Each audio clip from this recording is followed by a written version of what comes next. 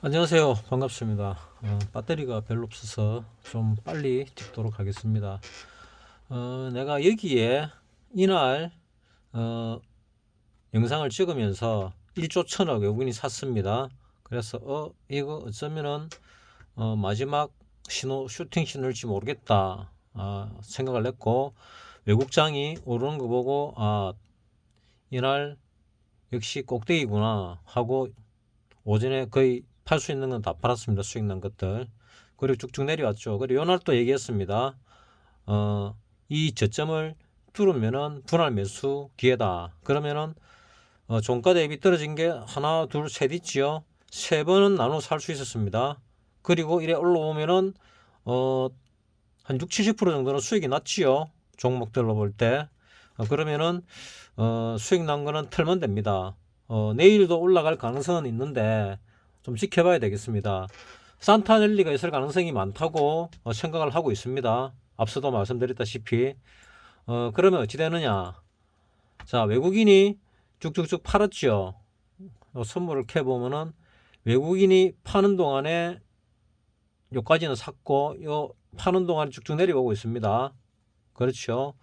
개인이 산다고 꼭 올라가는 거 아닌데 개인과 같이 할 필요는 없습니다.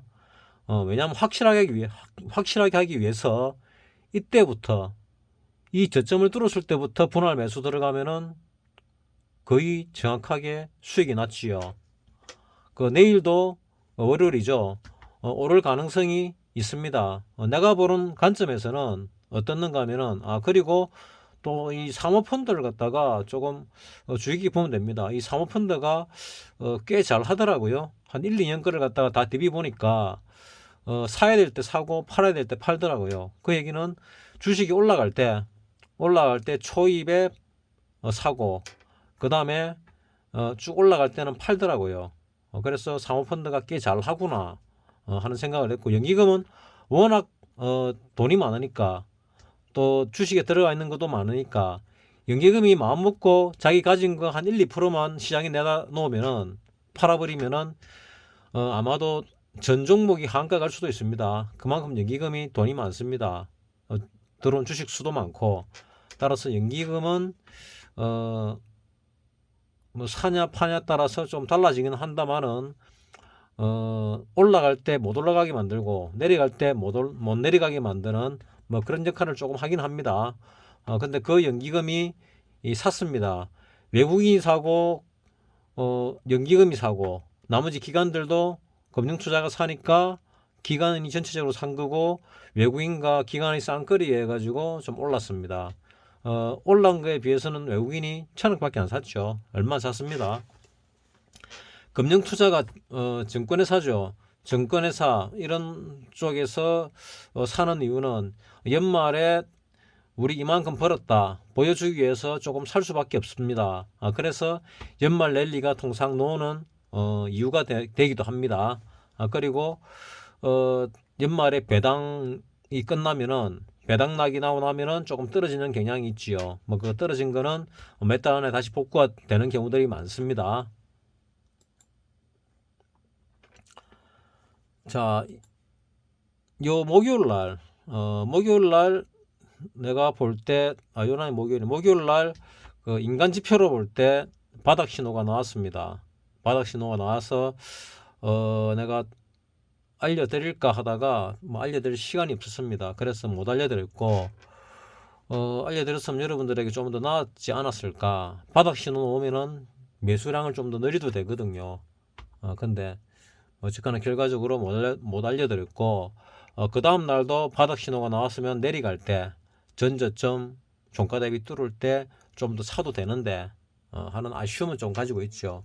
뭐 너는 뭐 있냐? 뭐 이날 금요일 날 수익이 별로 안 났습니다. 수익이 별로 안 나고 전날 잠을 이틀 연달아 별로 못 잤는지 어쨌는지 뭐 어쨌거나 저 이틀 연달아 굉장히 비몽사몽간에 매매를 했습니다. 그래가지고 특히 금요일 같은 경우는 주문에러를 갖다가 한번 내는 바람에 연성 기록이 30 유연성을 했지요. 이 연성 기록이 깨질 뻔했습니다. 마이너스 나가지고 복구를 했습니다. 그 장 시작하자마자는 플러스 난 거 팔아가지고 연선기록 그냥 복구해 놓고 오늘 이걸로 끝내야 되겠다. 하도 정신이 없어가지고 잠을 못 자가. 그래가 이제 미리 이 정도 올라오면 팔겠다 싶어서 쭉 뒀는데 갑자기 체결이 됐습니다. 그 보니까 주문 에러가 났더라고요. 그래서 마이너스 돌아선 거 그 다시 복구를 시켜놨는데 복구를 거의 다 시켜갈 때 또 주문 에러가 나가지고 또 마이너스가 더 커졌습니다. 그 마이너스가 커진 게 나중에 결국 플러스로 돌리긴 했는데 참 어려운 시간이었습니다. 요 이틀 동안에 보니까 내 인간지표 조금의 인간지표가 되는 박사님 동료분이 크게 손절을 했더라고요.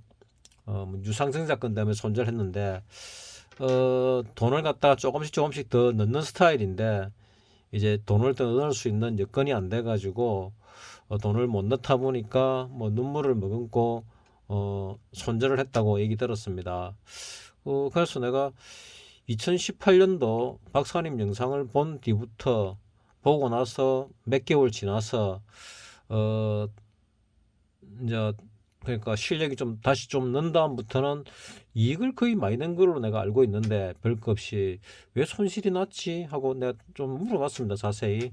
그랬더니 역시나 예전에 샀던 종목 그분은 박사님 동료분은 이제 수익이 박사님과 거의 비슷하게 납니다. 금액으로 따질 때.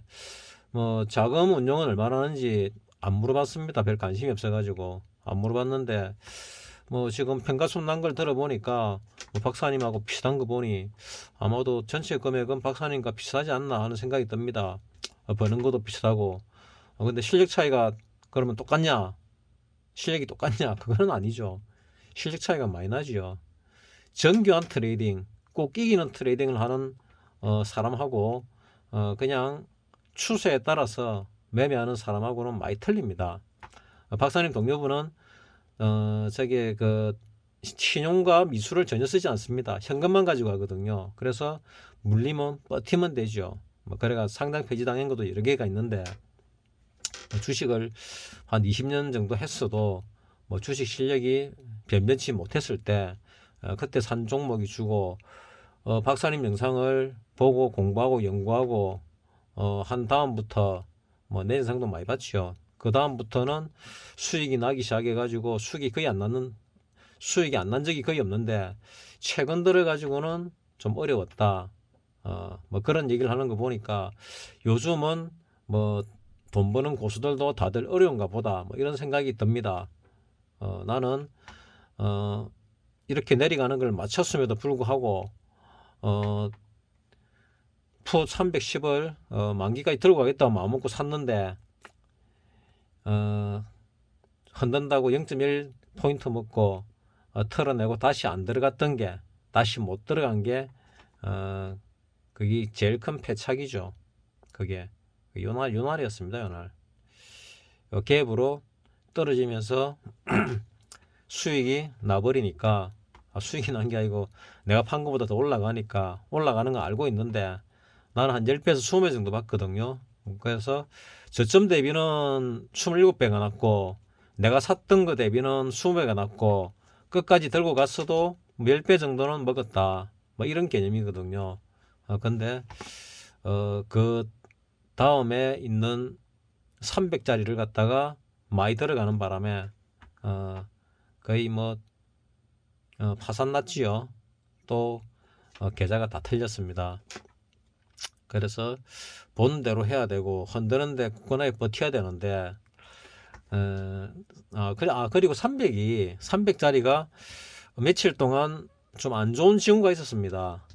안 좋은 징후가 있었는데 그 징후를 조금 무시하고 이거 페이크일 거다 혼자 착각하고 놔두는 바람에 그래 됐습니다. 자, 여기서 지금 중요한 게 뭐냐면은 지금부터가 제일 중요하죠. 여기를 바닥으로 보든 일봉에서 종가는 종가 기준으로 매기는 게 맞습니다. 근데 여기가 더 낮으니까 여기를 보든 이거는 1파 2파 이어서 봐도 똑같습니다. 1파 2파 그러면은 여기서 보든 깊은 조정이 들어왔지요.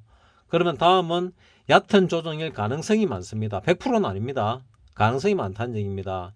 그리고 3파가 이렇게 올라갔지요. 3파가 올라가고 이제 4파 조정이 들어오는데 종가 대비로 보면은 여기가 4파의 A, 그리고 여기가 반등 B, 요까지죠.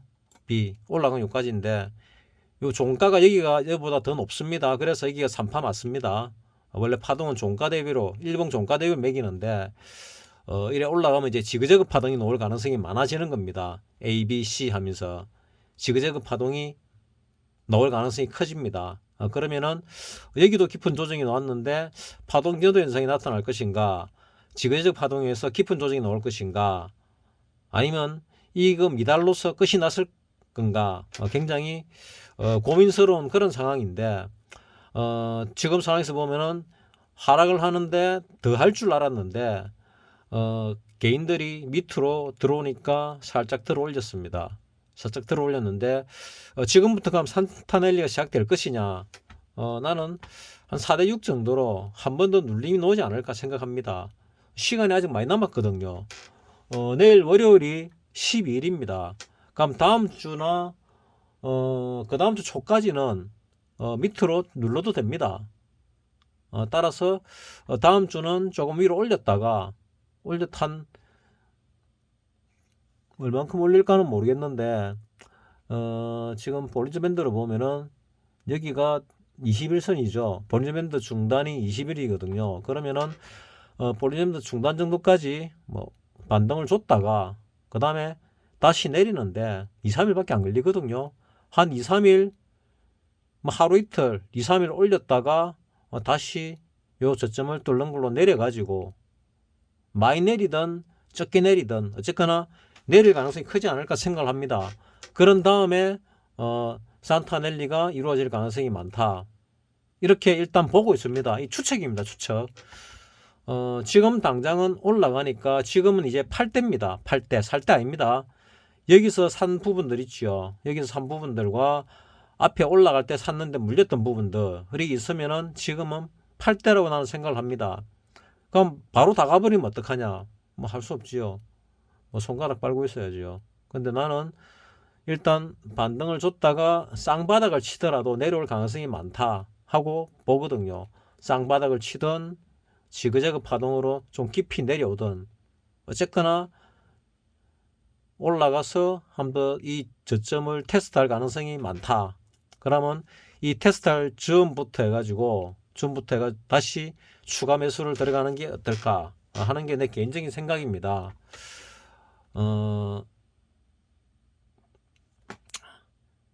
짧게 찍으려고 했는데 뭐 아직 시간이 몇 분이 더 남은 것 같으니까 어떤 걸 볼까? 해외 증시와 뭐 간밤에 야간 시세가 있죠. 야간 시세를 한번 볼까요?